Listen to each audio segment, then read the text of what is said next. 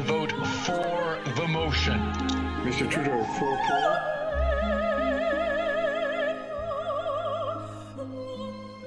There seems to be an overabundance of wacko events in Canada these days, but who's behind them? Does capitalist democracy still work?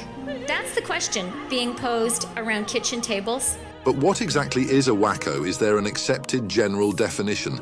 According to vocabulary.com, a wacko is a person who is eccentric or mad. Merriam-Webster equates wacko with psycho.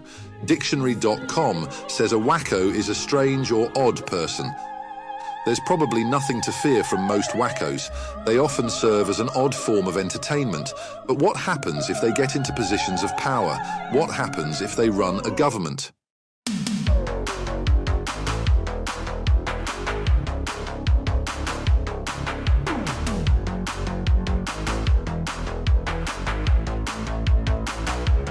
But is the Liberal government of Canada really comprised of wackos?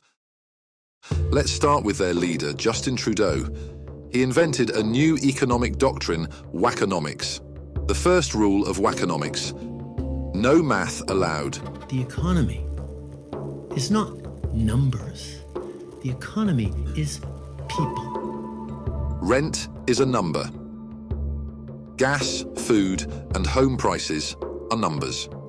Before wackonomics, humanity was stuck with old-fashioned equation. Numbers equals prices equals what people pay. Pythagoras said, numbers rule the universe, but not to worry.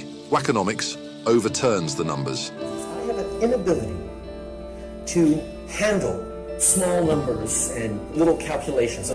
You'll forgive me if I don't think about monetary policy. We're focused on Canadians. I'll let the bankers worry about the economy. But if you use your credit card to go back to school, or if you use your credit card, you go into debt to build an expansion on your house, that is how you grow a strong economy. And if you don't like the high taxes and inflation, you just need to get with the vibes. A lot of economists have been talking about the vibe session. And maybe don't forget to say a little prayer. What do you make of that, Krista? Well, I would say amen to raising taxes. If that doesn't work, here's Freeland's financial advice to pay your bills. Canadian families are looking really closely at all of their expenses. Let's cut that Disney Plus subscription. And the budget will balance itself. Then there is the vocabulary. Maternal love is the love that's going to change the future of mankind. So we'd like you to look We like to say people kind, not necessarily mankind. Trudeau even reinvented the future of quantum mechanics with his own cerebral thoughts. We have to rethink elements as basic as space and time. In this wacko world, attempting to ban things has become second nature. Here are a few things wackos want to ban: gas-powered cars, plastic straws, and hunting rifles.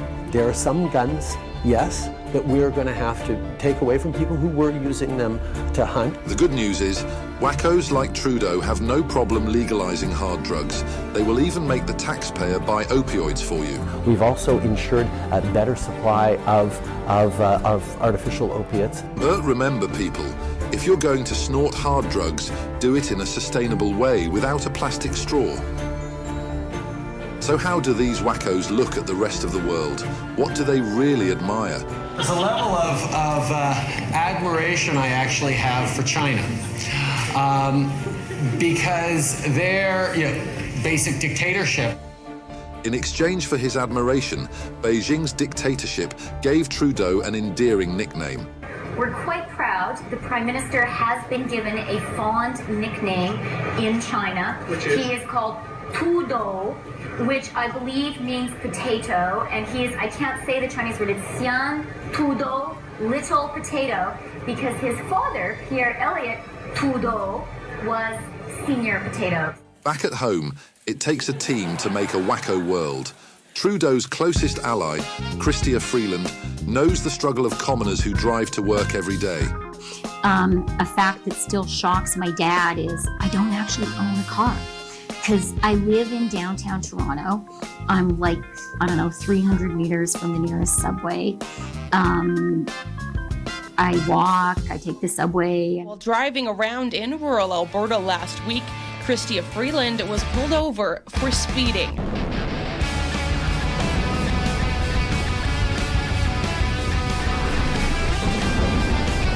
still shocks my dad is I don't actually own a car because I live in downtown Toronto. Then there's Carolyn Bennett, Trudeau's former health minister, who was the leading architect of creating government-funded opioid programs for addicts. This is the person Trudeau had running our healthcare program. So just stop it and save lives! Now the job goes to this wacko, Mark Holland. It's not unusual for him to get pissed off and go on wacko tirades. I have spent my entire life, as you have, fighting for the good in this world. And for you to accuse a good person of not caring about human life, shame on you. But good thing he knows how to let out all that energy. I was the first health minister, probably the first member of parliament, who talked about the importance of pleasure in sex. What does it mean if sex isn't affirming of who you are and isn't pleasurable, if you don't have that as a family value? This is a man who really knows how to communicate with people. The fact that we can't talk about our elbows and knees the same way we talk about our penises and vaginas is terrible. Still, with all the love and sex and body parts, there are built-up terrible memories of road trips. You can take a summer fun time vacation where you're locked in a car for 10 consecutive days, non-stop with no bathroom breaks, and the Conservatives have a plan for you to have that summertime fun. And the cost? Give up the future of the planet, right? Don't worry, kids, about climate change. Don't worry about taking action on the planet. Enjoy your 10 hours in the car and let the planet burn. And guess who flew to Paris this summer to see the Olympics? You know, I had an opportunity for my mom's 80th birthday to be away and be in the Olympics. Speaking of environmental hypocrisy, Trudeau's former Minister of Climate Change, Catherine McKenna, mastered the art of deceptive politics. Some real advice. I said that if you actually say it louder, we've learned in the House of Commons, if you repeat it, if you say it louder, if that is your talking point, people will totally believe it. People will totally believe it. This wacko even said that being opposed to Trudeau's carbon tax makes you an arsonist. When she left, a new wacko replaced her. The current Minister of Climate Change, Stephen Guilbeault, has always been a lifelong Liberal. Greenpeace is climbing the world's tallest building today to tell the world not to be fooled by the Liberal government. Wait, no, I mean socialist. I'm a Liberal and a proud socialist, Mr. Speaker. Stephen Guilbeault spent part of his adult life as a radical environmental activist known for engaging in high-profile stunts that led to multiple arrests. By his early 30s, Guilbeault had climbed the CN Tower to protest against Liberal environmental policies and scaled the roof of the Premier of Alberta's residence. Today, he remains an avid eco-maniac. As you know, in life, the only two guarantees are taxes and death. Who has promised to end all road building in Canada. Safe to say, this wacko has earned his boss's respect. I have tremendous faith and confidence in my environment minister. Next, we have Seamus O'Regan. He's one of Trudeau's closest confidants. I wouldn't be doing this unless I felt I could do something. When Canadians were worried about paying higher taxes for home heating during winter, he had this to say. I am sick and tired of people talking about the cold winter and what we're doing. Trudeau Liberals are also sick and tired of free speech.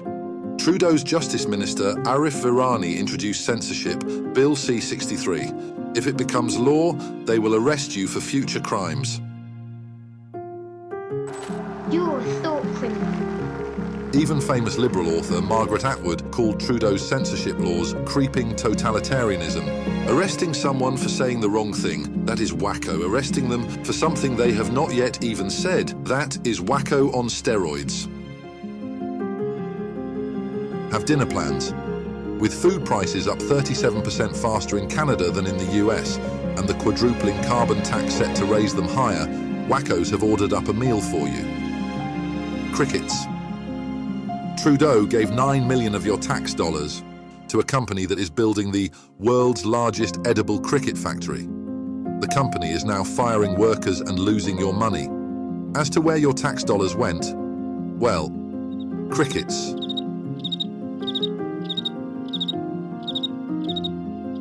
How do all these wackos end up in one government? And a Liberal member of Parliament was caught without clothes during the virtual House of Commons. They share a common need for validation from their leader, Justin Trudeau, the so-called patriarch of wackos. It's a classic case of birds of a feather flock together. As an adult, Trudeau dressed in blackface so many times he lost count. At 29, while he was a teacher and yearbook instructor, Trudeau made sure his blackface photos were included in the school yearbook. These actions suggest a lack of awareness or concern for incompetence that is a trait seemingly reflected in his leadership and the decisions of all the wackos around him. With these people in power, anything is possible. And so the saga continues, with a wacko government that mirrors the eccentricities of its leader as Trudeau attempts to hold on to power. The most outrageous moment for these wackos may still be on the horizon.